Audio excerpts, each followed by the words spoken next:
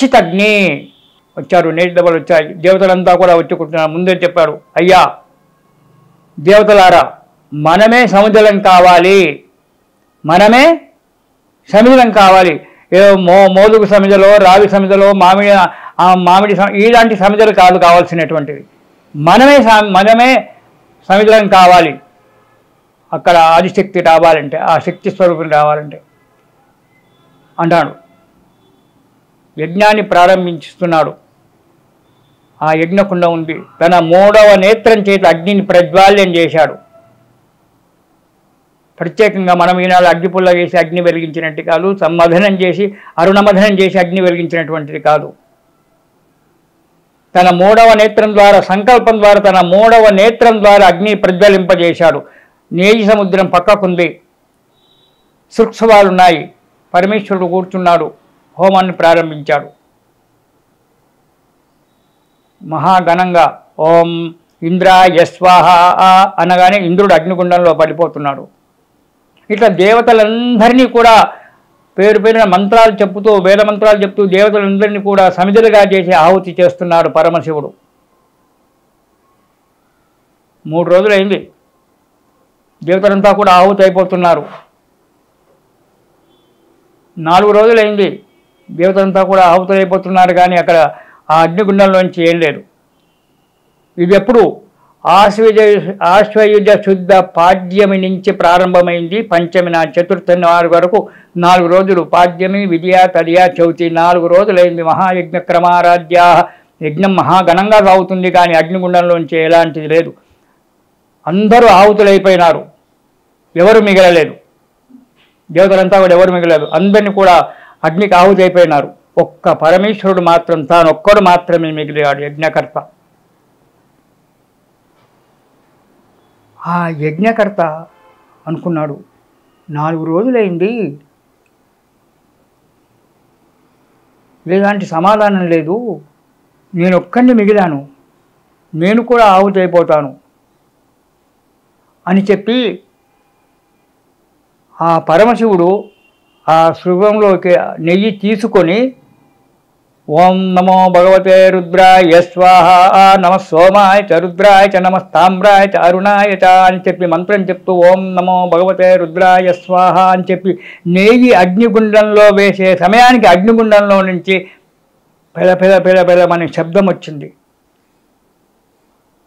మిరుమిట్లు కొలిపేటువంటి ఒక వెలుతురు వచ్చేసింది అగ్నిగుండంలో నుంచి. ఒక మహా తేజస్సు వచ్చింది అగ్నిగుండంలో నుంచి. ఎలా ఉంది? ఉద్యద్భాను సహస్రాభా చతుర్బాహు సమన్విత. అందులోంచి ఒక స్త్రీమూర్తి వస్తుంది. 1000 మంది సూర్యులు ఒకేసారి ఉదయిస్తే ఎలాంటి వెలుతురు ఉంటుందో అలాంటి వెలుతురు వచ్చింది. అలాంటి అమ్మాయి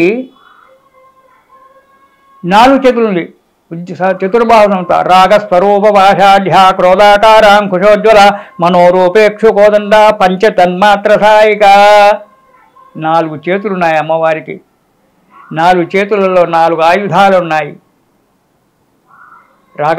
రాగము, క్రోధము,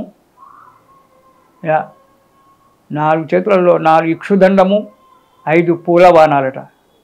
ఈ పూల బాణాలు 5 పూల బాణాలు పంచతన్మాత్ర సాయిక. ఈ పంచతన్మాత్రలతోటి అమ్మవారు బండాసురుణ్ణి చంపాలి. పాశము ఇవన్నీ మెల్లగా శరీరం అగ్ని, తల్లి గర్భంలో నుంచి శిరస్సు బయటికి వచ్చి ఎలా అయితే శరీరం అంతా కూడా ఆశాంతం బయటకు వస్తుందో అగ్నిగుండంలో నుంచి ఆమె శిరస్సు పైకి వచ్చి అలాగే పైకి వస్తుంది. ఈ లలితా సహస్రనామాలలో ముందుగా అమ్మవారి యొక్క వర్ణన చెప్తూ ఉంటారు. మనోరూపేక్షు కోదండ పంచతన్మాత్ర సాయిక నిటారుణ ప్రభాపూర మధ్యద్ బ్రహ్మాండ మండల. ఆ బ్రహ్మాండ మండలంలో ఆ 1000 మంది సూర్యులు ఒకేసారి ఉదయించి ఎలాంటి యొక్క కాంతులతో వెలుగుతారో అలాంటి కాంతితో అగ్నిగుండంలో నుంచి అమ్మవారు పైకొచ్చింది. జై శ్రీమాత. ఆమె అలా ఉద్భవించినటువంటి ఒక అమ్మాయికి దేవతలంతా కూడా లలితా త్రిపుర సుందరి అని చెప్పేటువంటి ఒక పేరు పెట్టారు. ఇది లలితా త్రిపుర సుందరి ఆవిర్భవించడానికి మనకు ఈ సమయం. అగ్నిగుండంలో నుంచి లలితా త్రిపుర సుందరి ఆవిర్భవించింది. ఆమె మహారూప లావణ్యవతి. ఆమె జన్మించిన వెంబడే ఆమె ఎప్పుడైతే అగ్నిగుండంలో నుంచి పైకొచ్చిందో వెంబడే ఈ అగ్నిగుండంలో ఆహుతులుగా మారిపోయినటువంటి యొక్క దేవతలు ఏవైతే ఉన్నారో, సమిధలుగా ఉన్నారో వాళ్ళంతా పునరుజ్జీవించారు. మళ్ళీ అందరూ కూడా దేవతలందరూ కూడా అగ్నిగుండం నుంచి అందరూ కూడా బయటకు వచ్చేశారు. దైవ సంకల్పం. అందరూ కూడా మహాశక్తివంతులుగా బయటకు వచ్చారు. అందరూ వేడుకున్నారు, అమ్మ నన్ను ఎందుకు పుట్టించారయ్యా శివుడా అని అడిగింది. ఆమె భర్తనేగా శివుడు, నన్ను ఎందుకు పుట్టించారన్నాడు. కానీ అక్కడ భర్త విషయం కాదు. అక్కడ భర్త అనేవాడు ఈ లలితాదేవికి వేరేవాడు ఉంటాడు. అంతే, అతని కూడా శివాంశనే. శివుడే అతను ఇంకో వేరే అవతారం ఇచ్చాల్సి వస్తుంది. అలా అడిగేటప్పటికీ, అమ్మ మీకు తెలియనట్టుగా విషయం ప్రపంచంలో ఏం లేదు. బండాసురుడు అనేటువంటి ఒక రాక్షసుడు ఉన్నాడు. వాడిని సంహరించాలంటే అయోనిజ అయినటువంటి ఒక శక్తి కావాలి. అందుగురించి నిన్ను ఆవిర్భింపజేశావమ్మా. నీవు అగ్నిగుండం నుంచి నువ్వు పుట్టావు. ఆ బండాసురుని యొక్క బాధలు తీర్చాలి. అంతే కదా అంది. అమ్మా నువ్వు అంతే అనుకుంటున్నావు. అంతేకాదు, వాడు మామూలు వాడు కాదు. వాడు మహాభయంకరుడు. చాలా సైన్యం ఉంది. శూన్యక నగరం అనేటువంటి ఒక నగరంలో ఉంటాడు. మహాసైన్యం ఉంది. ఉండని అంది. మరి నేను ఉండడానికి నన్ను ఎక్కడ ఉండాలి అంది. అప్పుడు పరమేశ్వరుడు మయబ్రహ్మను పిలిచాడు. పిలిచి అమ్మవారు ఉండడానికి ఎక్కడైనా స్థలం చూసి పెద్ద కోట కట్టవయ్యా అన్నాడు. అమ్మవారు నివసించడానికి కోట కట్టాలి అంటే మామూలు మాట. ఎక్కడ కట్టాలి అనుకున్నాడు. ఆ మయుడు ప్రపంచమంతా తిరిగాడు. పాలసముద్రం కనబడింది. పాలసముద్రంలో ద్వీపం ఉంది. ఒక పెద్ద భూమి ఉంది, ఒక ద్వీపం. ఇది చాలా బాగుంది అనుకున్నాడు. ఆ ద్వీపాన్ని కట్టాడు. అక్కడ మహాకోటను నిర్మించాడు. అదే మణిపురము.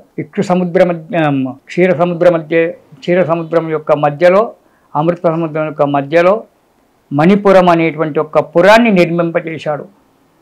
అది పుష్పక విమానం లాంటి ఎంతమంది వచ్చినా అందులో కూర్చోవచ్చు.